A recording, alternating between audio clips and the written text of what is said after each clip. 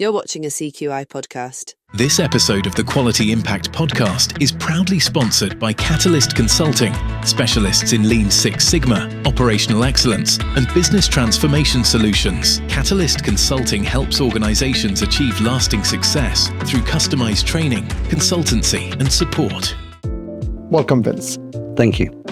Why don't we go ahead and start with where is quality management at the end of this year? Well, that's a big question. And perhaps I think I would start with where is society? There were a couple of interesting things happened this year. First of all, back in October in Berlin, President Macron said the EU bloc is focused too much on regulation and are not enough on investment in performance.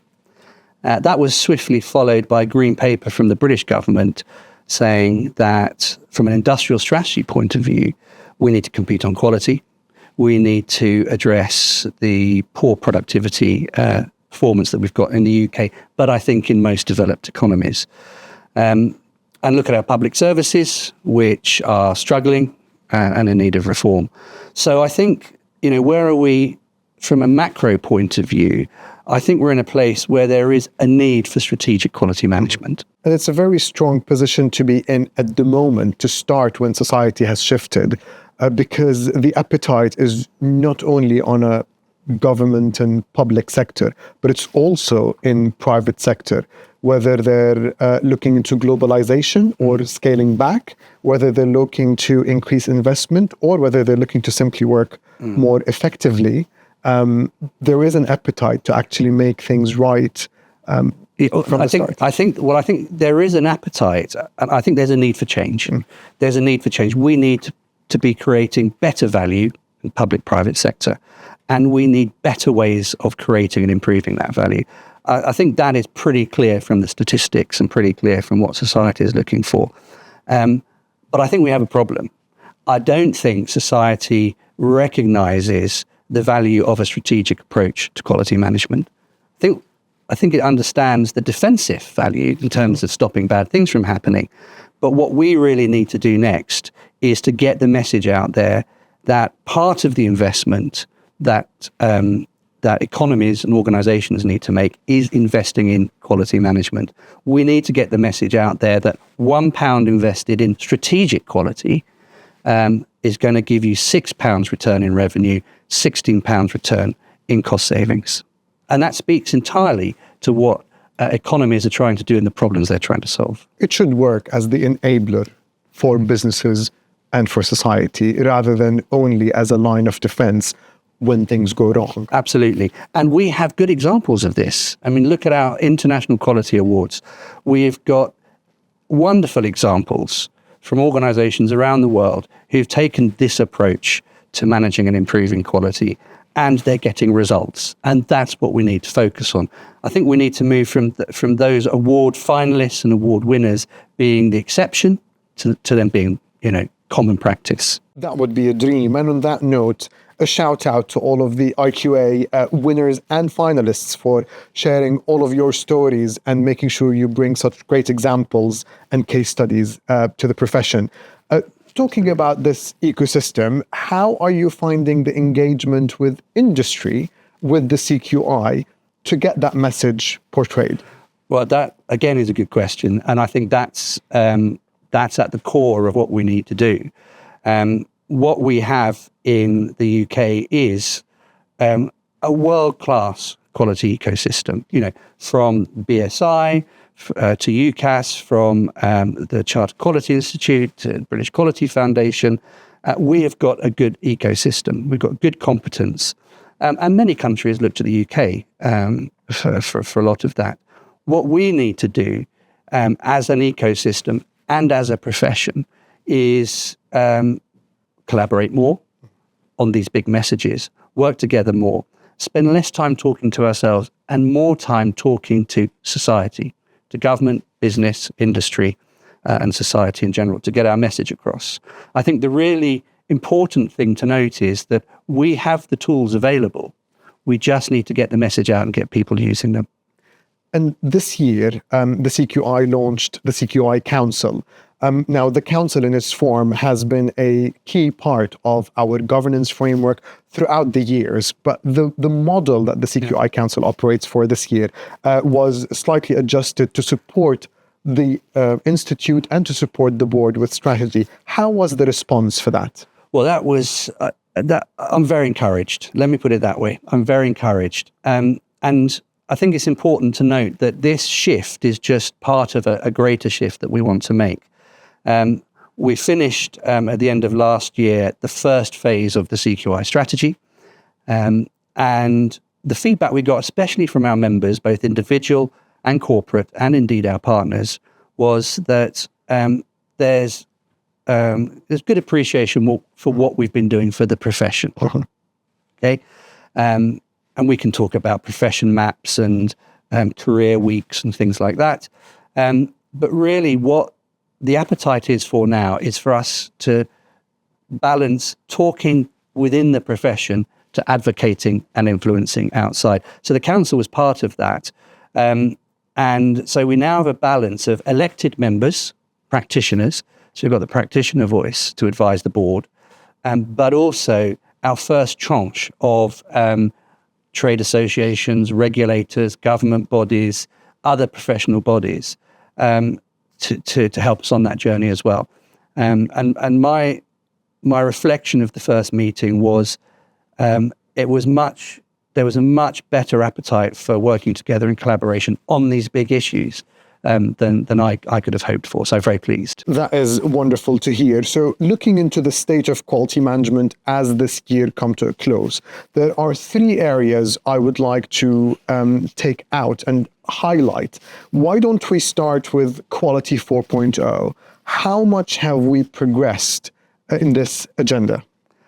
I think we've made good progress, but so the progress I think we've made over the past 4 years since we started really thinking about the topic was, as a community of quality practitioners, to move from thinking about, well, what is this topic and why is it important? I think we've crossed that bridge now. And the place we're in now is when and how should we be using digital technologies?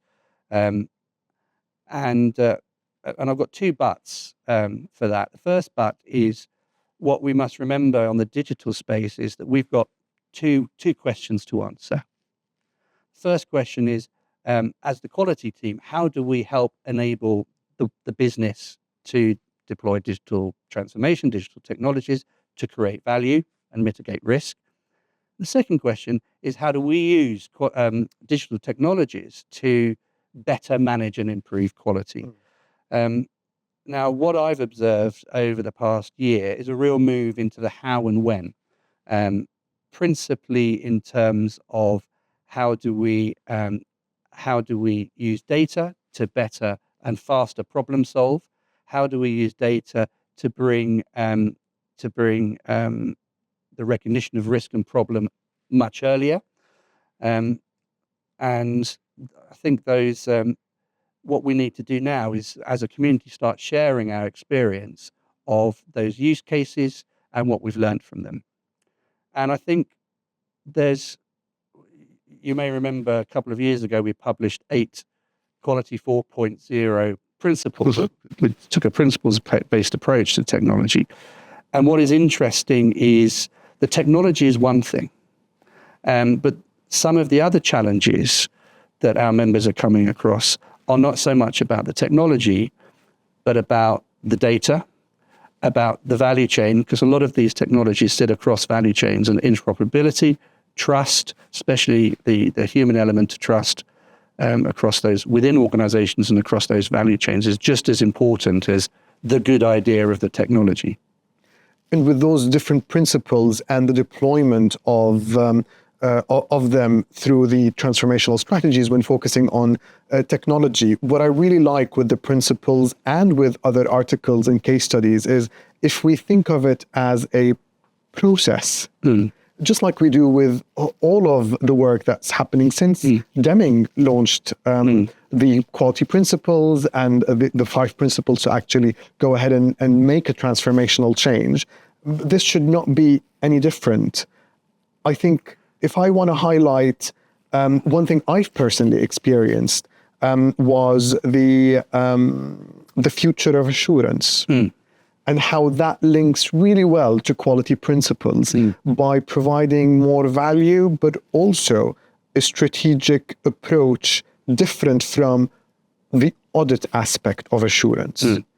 How have you seen that? Well, I think, I would challenge a little bit on not so much the process, but the tools side, because I agree with you in terms of the fundamental purpose of quality management and how it can support. I'm just back from the European Organization for Quality conference in France last week, actually. And what I'm observing is not a challenge to the traditional or well-established, I should say, principles of quality management, frameworks and tools. But I think we have to be open to the new ones. Because, and I'll give you an example, because if the ubiquity of data and the increasingly fast computing power that we have available gives us the ability to look into the future, the 7 quality tools that we've got at the moment may not be enough. We need to be looking at probabilistic statistics and things like that. So I think we have to be open to some new tools, if you like, if we're going to make the best use of digital technologies and data. And also, I think we have to then, what we should be good at is having conversations with the rest of the business, yeah? Because that is where good quality and bad quality is made. I think you mentioned the word enabler before. But what I'm observing now is quality teams, quality practitioners engaging more with people like data scientists, because they know their stuff. And I think that is going to be important, is understanding that our current tool set may need to expand, and there's new people to talk to help the organization create value. Absolutely. What I like about that is well-established tools have always been based on the foundation that operation was the heartbeat of an organization. Yeah. So we worked closely with process owners. We've helped them with error detection and defects and how to get things right from the start. There has been a shift in industry where the heartbeat of organizations is equally important as the technology teams that are driving those enablers. So I think there is a very strong point for the quality profession to understand the language of data scientists and developers and that entire IT ecosystem that's available so we can enable businesses better as well. And you make it, I think, a very important point there, I think, which is the people side of things. And what has been interesting to see, we had a lot of this at the Quality Live conference we held in the UK, but I'm observing it again last week in France on a European level, and with our relationships with bodies like JUICE in Japan. As fast as the technology agenda is coming up, the people and culture agenda is coming up.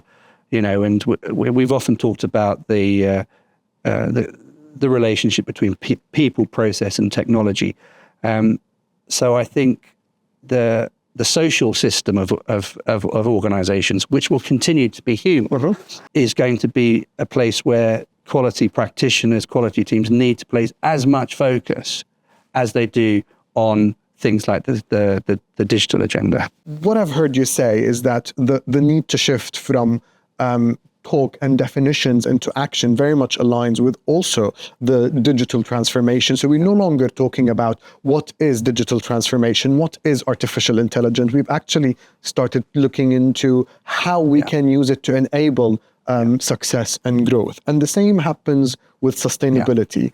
Do you have any examples you can share about how that has actually worked? I'll give you a couple of examples which I think are useful. One is again at our conference, it was interesting to hear from quality practitioners about how they're using the management system, which is there. We talk about Plan, Do, Check, Act. There is a system to translate objectives into the management system process and measure and improve. So I think that's one example.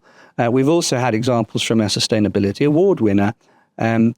And I think we have to, because quality is about process and product, isn't it? It's about the organization and the value it creates. And I think the role of quality in making sustainability aspects critical to quality, if you like. They're actually part of how a consumer or a customer thinks about the quality of an organization, but also the quality of a product or service. And we've seen some good examples of that again through our awards. I think this has been a topic of discussion. And if you go on to, if you think about things like ISO 9000, and there's been a big debate about whether sustainability should be included in that. We have, after all, got a standard about environmental management. But I think the view we're taking is that if quality is about consistently giving the customer what they want, as per 9001, then the nature of that quality, whether it's the quality of the organization or the quality of the product that it's producing, you have to take into account, or you may well have to take into account, sustainability aspects. And that's where our tool set comes in.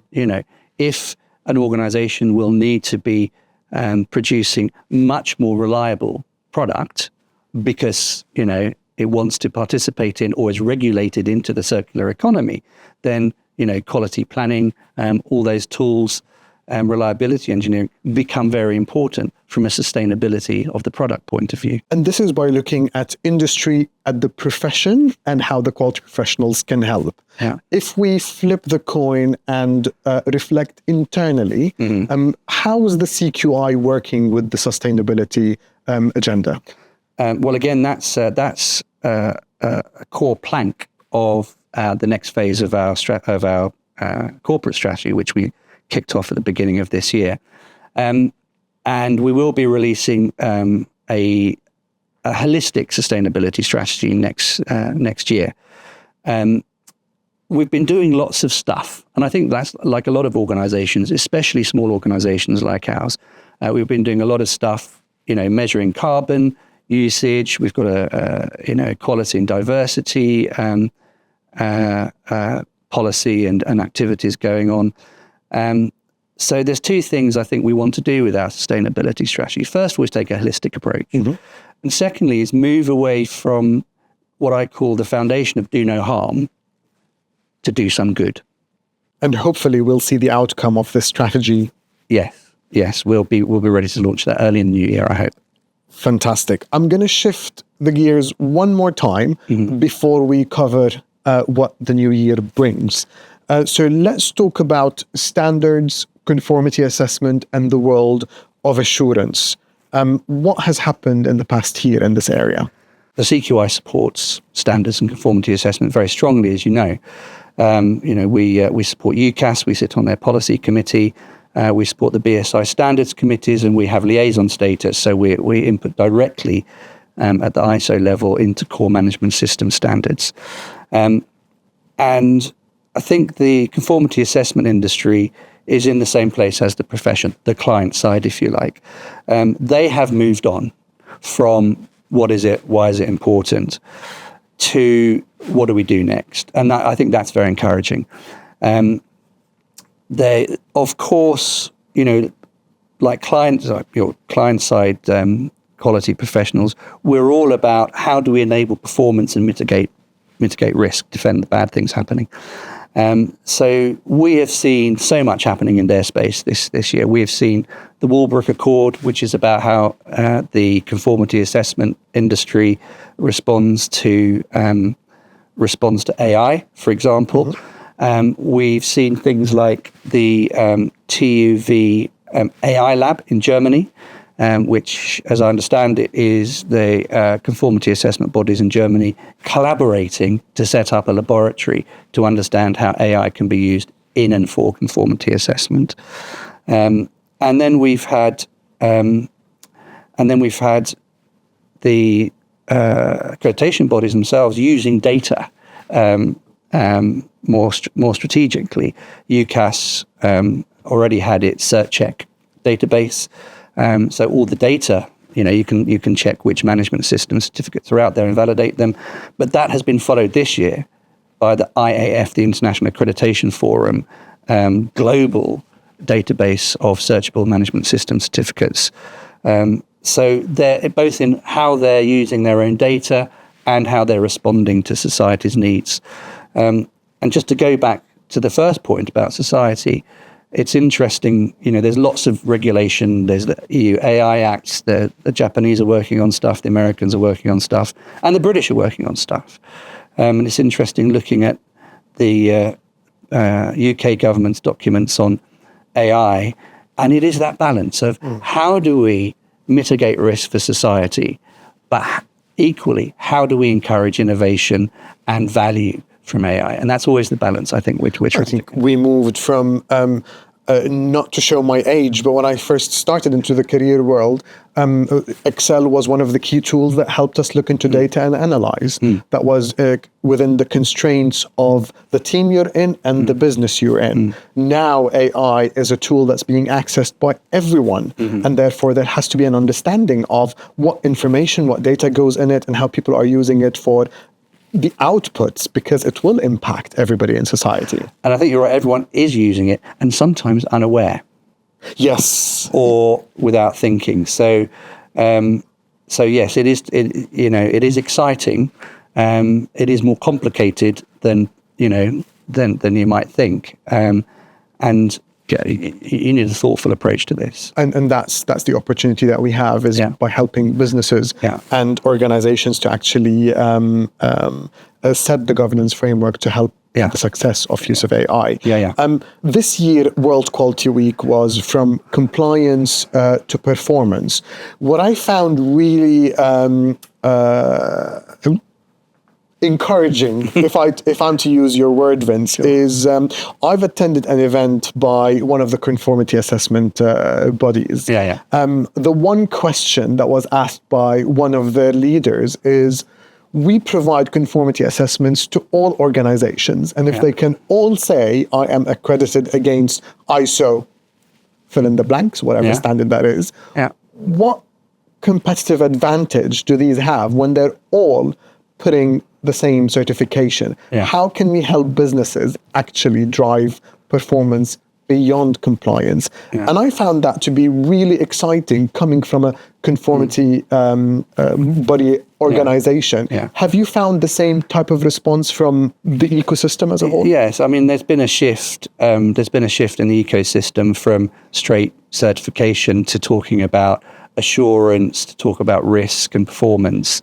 And I think it's easy to bash conformity assessment and certification. But where would the world be where would supply chains be? As I said, I think during World Standards Week, that activity is a little bit like the bass player in a band. You don't notice them on a day-to-day basis as a society, but if they weren't there, you would really know it, because it oils so much of what we do, both from a sort of efficiency of the global supply chain and economies, and also the confidence that one gets from it. But it is interesting to observe how two things, I think, in that area. It's the merger and acquisition activity that's been going on really over the past 4 or 5 years. Before then, it was mostly about conformity assessment bodies buying other conformity assessment bodies for growth, for example.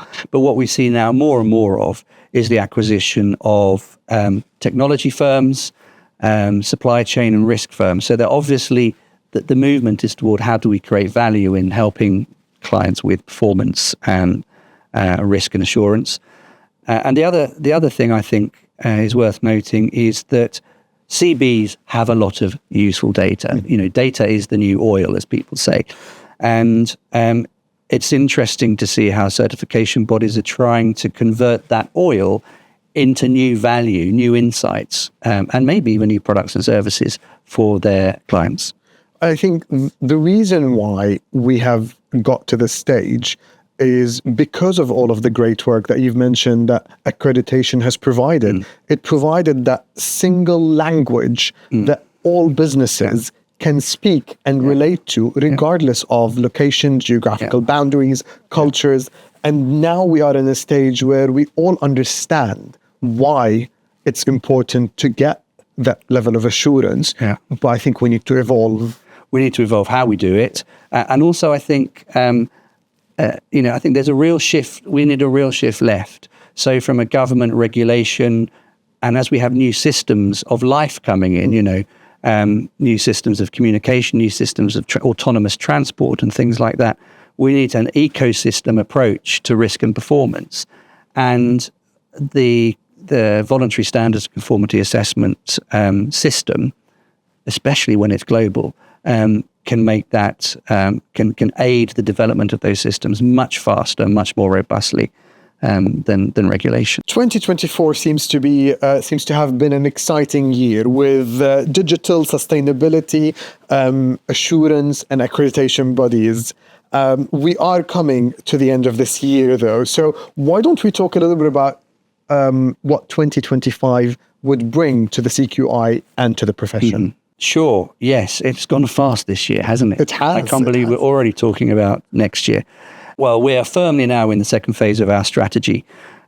What our members and our partners will be seeing next year is us continue to support the profession directly with new CPD offerings, more support for quality as a career. But we'll be balancing that, building on, we talked about the council, with a much stronger approach to advocating for quality. So that's the first thing. Second thing is we need to walk the talk. We do have the word quality in our name. So we will be updating our digital estate in a quality way. So we'll be using the tools of operational excellence as well as digital data and people to make sure that that's as effective as possible. So that's what's coming next year for the CQI. Not to take away the depth of work that the technology infrastructure, the CQI's work in this area is happening, but those little things, little shoots of hope that me as a quality professional, I know it's very simple, but when I got an email earlier this year to say now I can get a badge to share with my network that I'm a certified and registered auditor, those little things do make a difference, even though it's a simple gesture. I'm hoping that a lot more of this will be enabled with the new infrastructure. Yeah, absolutely. So with all of these topics on the minds of quality leaders in the new year, what is the CQI doing to support them? So first of all, we'll continue developing the assets to support the practitioner. A big piece of work for us next year will be investigating the topic of the quality professional and quality function as a business partner. Excellent. Because one of the pieces that our members, corporate and individual, are looking for is how do we educate, inform and develop quality being managed in the wider organization. And the flip side of that is, of course, what competencies does a quality function, the professional need? The other piece of work we're doing at the moment is to research and I hope develop a tool which will help quality professionals link business strategy to quality strategy. So we can really start answering that question that we started off at the beginning with, which is, what are organizations and ultimately society trying to achieve, and how do you adapt and make sure your quality strategies are really important in that? Brilliant. Now, Vince, I connect with you and with board members on regular basis throughout the year. But I'm more interested in your own personal view to this. What was your personal highlight during 2024? That's a difficult question because there were so many, if I may say. So what I've really been pleased about over this year is people. We have got 20,000 members. We've got hundreds of volunteers. We've got a great and growing staff team. We've got an increasingly wide set of partners that we work with. And none of this stuff can be done alone. So what I've been really pleased about is how well people have stepped up, collaborated, and helped everybody else to create and deliver new value. So that's my highlight. What about yours? it's not far off from the aspect of people, but more into the area of supporting the CQI, and that's in two folds. This year, I have met a lot of the CQI staff on different occasions to try and understand their day-to-day, what it looks like, and is the strategy really helping them get the best that they can do in their day-to-day work. And that was a very humbling experience to see how much dedication, commitment, and most importantly, pride every single individual I spoke with at the CQI brings to the table. So that was really a moment of wow. The other end of it is the CQI Council. The CQI Council in its current format has been in the works of consultation for around 2 years with the previous member and the previous council that's existed. And I also like to highlight two areas that were really amazing. One of them was the dedication and commitment to existing member councils that were on the previous council, supported the consultation, and then decided to raise the flag and continue to support in its current setup. That would not have happened without their immense support. And the other highlight was when we decided to go and open the door for the wider ecosystem of quality, of business assurance in different industry, and to have that remarkable willingness to sit around the table with an institute like ours as the CQI and say, this is what we can bring to the table, this is what we can find synergies, and let's continue to build a better society by putting all of our hands together. That was amazing. Brilliant. Let's talk about a wish now. We've talked about the highlights of 2024. If you are to have one wish that 2025 would bring to you, just one, what would that wish be? The wish would be that our society sees quality management, excellence, whatever you want to call it, as strategically vital. But that is a wish. What I hope is that working with our members, with our partners, not just in the UK, but globally, that we can take that agenda forward, because we need to start talking to different people. We need different tool sets. We need different skill sets at every level to get there. And for you, if I was to ask you the same question? Even though it's a wish, but it's not unattainable, because I've literally touched and felt the impact of it this year, is for quality professionals in every single corner of this world, in every single sector, to come forward, to share their stories about what good looks like and about how they've helped organizations and teams in different sizes to work better, more efficiently, more effectively, and in a collaborative way that really gets outcome accessible for the wider business. And what better way to do that than joining the CQI? Amen to that. Amen to that. Now, we did say at the beginning of this episode that we're doing things slightly differently this time, and we do have questions from the listeners. So why don't we start with the first question? I believe that was a question for me. Who would my ideal guest be for the podcast in 2025? I would like to get the past chairs of the CQI around the table. I would like to get Estelle Clark, Ian Mitchell, and Amanda Mackay joining me in a conversation to talk about the evolution of the Institute, the evolution of the profession, and of this professional body that helped all professionals around the world throughout the previous decade or so as then we can understand where we came from and plan for a stronger future. Those are my dream guests for 2025. Do you have dream guests? Well, if you're going to choose, how do we get here?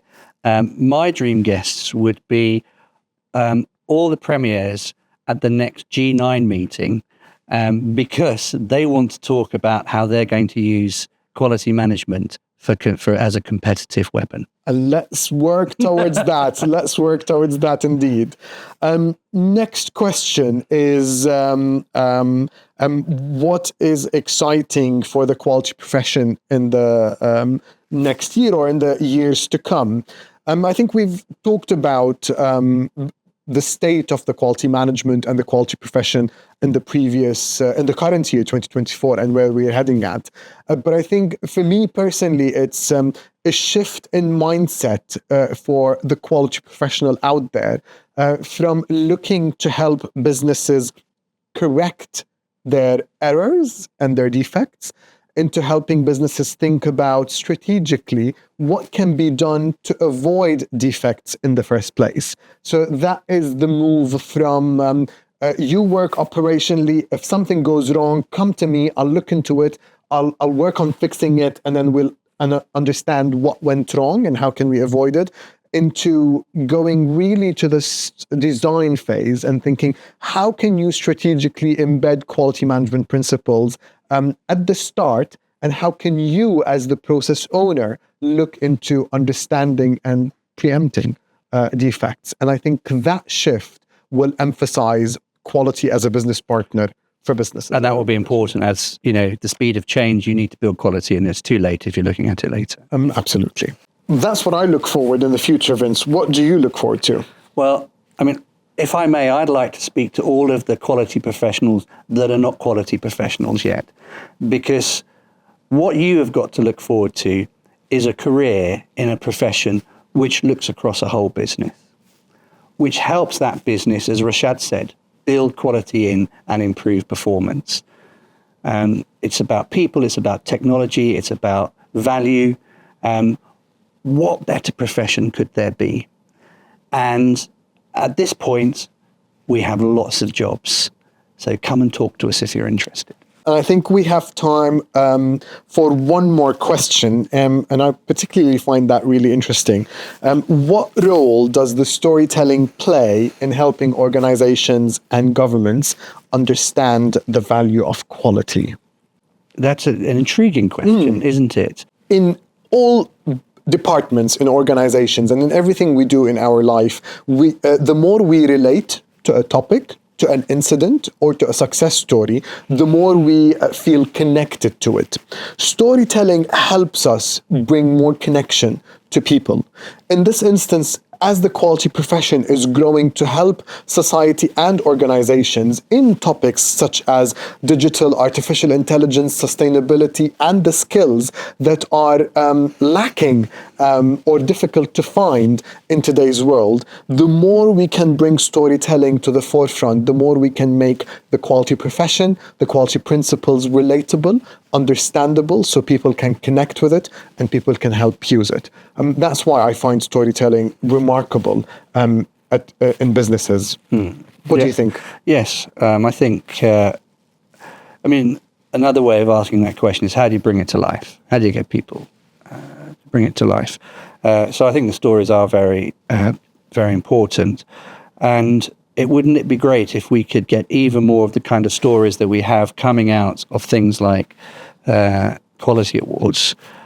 Because if,